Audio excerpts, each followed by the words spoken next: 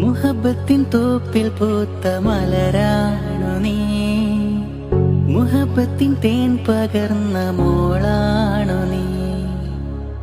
എന്റെ നെഞ്ചിലെന്നും നീ കുളിരാണെടേ, എന്നും നിന്നിൽ ചേർന്നിരിക്കാൻ കൊതിയാണെടേ.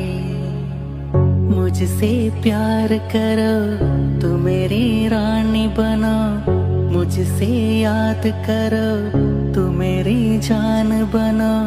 मुझे तुम बोलने